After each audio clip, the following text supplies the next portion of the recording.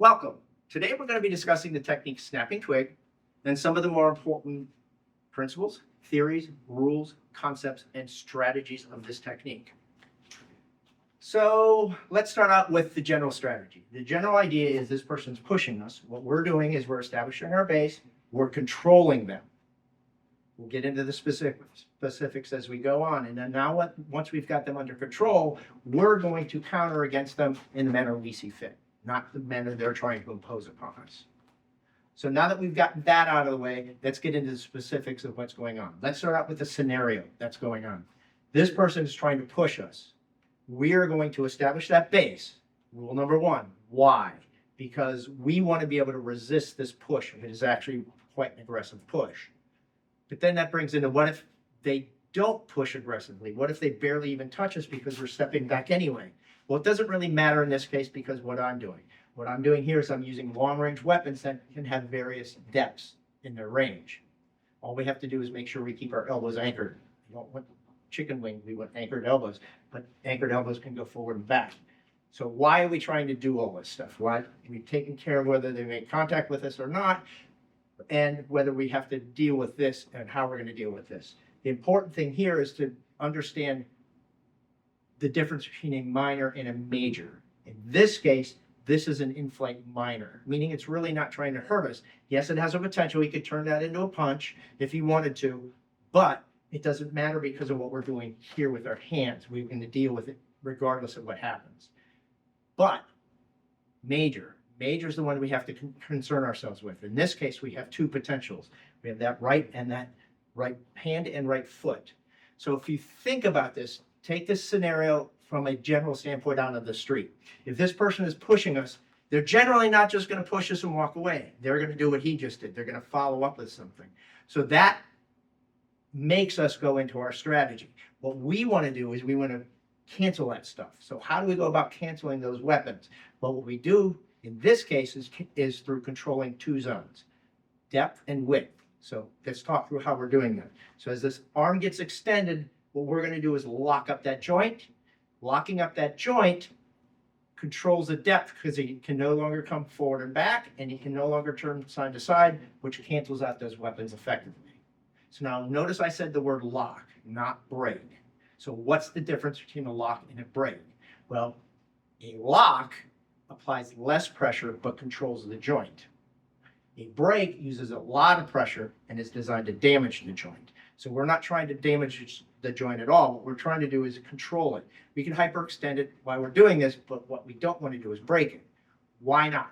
Because if I just break through that, I haven't implemented my strategy. I haven't controlled that depth and I haven't controlled that width. So they're still able to implement what they wanted to do, even though I broke their minor weapon.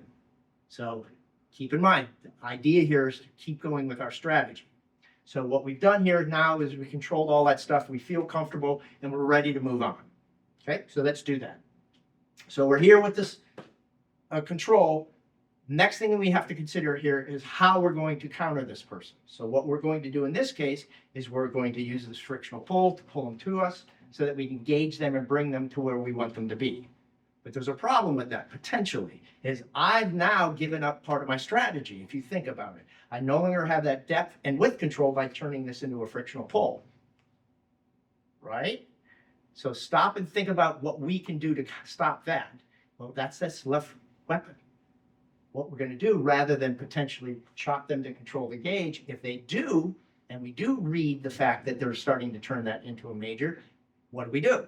We use, in this case, two concepts come into play. The what if they started to use that, and what we're going to do to respond to that, which is formulation. So what we're going to do, rather than go to the throat, we're going to divert this and continue this into a block, and then continue the technique. Notice it hasn't affected the technique other than just diversion. Okay, so let's talk through this. If it was with the ideal phase, we're doing this frictional pull, and we're pulling them into this chop. Why are we doing it? Two reasons. One, which is I kind of discussed earlier, which is gauge, get them into the position where we want to be, and what's up with our major. That's an important key here. We don't want gaps in timing. So if you think about this, I'm trying to get this weapon so that I can use it. But this is a big circle, right? So that means there's a gap in time. So what do I do to fill that? do is I insert that so that I can get this hand ready to go and cocked, so I don't make cock or separate motion. That's also done in the next piece of this technique. After I do the hit, I don't want to, again, make this cock with separate motion so that I can get a pass line against me. I want to fill in the gaps. And the way in which we're going to do that is through ratcheting. So what is a ratchet? So a ratchet is using a fairly fixed pivot point space in order to hit with the opposite end of the weapon. So let's talk through whether this is a true ratchet or not. Really, it's not, because I'm hitting and then I'm trying to hit with the opposite end of the weapon. If you notice, the hand did move, but it didn't move a lot. But it did not cock way back here, which would get rid of that ratchet completely. So what we want to do is relatively close to what we would call a true ratchet, but not really a true ratchet. So what's going on here with all this stuff in this controlling this zones and stuff, this gapping? So let's take this back and talk about one other concept about that's in all this piece, and that's foot maneuvers are added as needed. So how does that work here? So let's talk about, I'm trying to do this chop and control this height zone, but I'm really good at it, and that's what happens. He gets too far away from me. What do? Well, I have a choice. I can either leave, which might be a good idea, or if I'm committed to what I'm trying to do, I might need to add a foot maneuver in order to close that distance. And then that's also at the end of the technique, where I'm here after this hammer fist. Do I need to add a foot maneuver or not? The base technique says yes, but what happens if the opposite happened?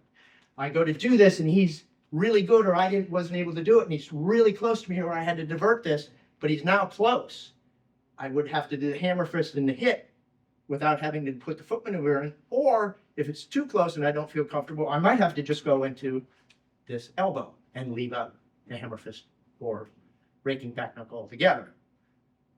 So now that we've talked about this being a hammer fist or raking back knuckle, what's the difference? So it has to do with where we're striking on the opponent.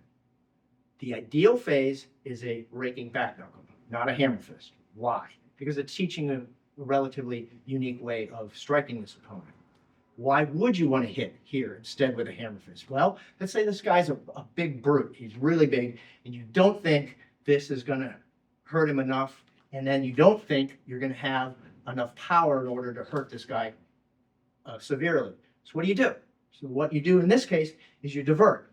You start softening up the target with the hammer fist so that when you then hit it with the elbow, you think you can break it better. So it doesn't really matter where you're hitting. It could be here up in the eye socket, cheek area, or it could be down here on the jaw. The difference is how you're using the fitting. One is a true fit, where I fit the elbow and the hand together on the jaw. Up here, it's not as much of a true fit. So it really doesn't matter. You're still getting an angle of incidence rather than a glancing angle, but this might be a softer or easier target to hit, where this might be harder to compress. So let's talk about that final piece then. Okay, what is the timing of that? I could do 1, then 2. I could do 2 with 1, or I could do 2, then 1. Doesn't really matter. Well, the ideal phase of this technique does 1 with 2. Why? It goes back to that same idea of power. If this guy's a big brute and we don't think we can hurt him hard enough, using opposing forces more than just a vice-like maneuver is a little bit better. But if you think this guy is smaller than you, or you think you've done your job sufficiently, it's no problem to do the 1 and the 2. Okay? Generally, we don't do 2 then 1, but you can. It's no big deal. But keep in mind, the difference between it is the amount of power you're able to generate. Opposing forces is better than just using the backing. This would be the backing for the vice-like maneuver, or the elbow would be the backing for the vice-like maneuver. Okay? Now let's talk through the final concept here. We've done all this stuff and we're left in the middle of the fight. What is it that we want to do? Do we want to continue forward with this, or do we want to leave? Well, that's called purposeful. We have a choice. We can make that choice. They're no longer forcing us to do anything. We control the entire situation after that initial push. And at this point, the ideal phase says we are purposefully going to exit. So now we've talked through that entire thing. Let's do a quick demonstration so you can kind of see how it works.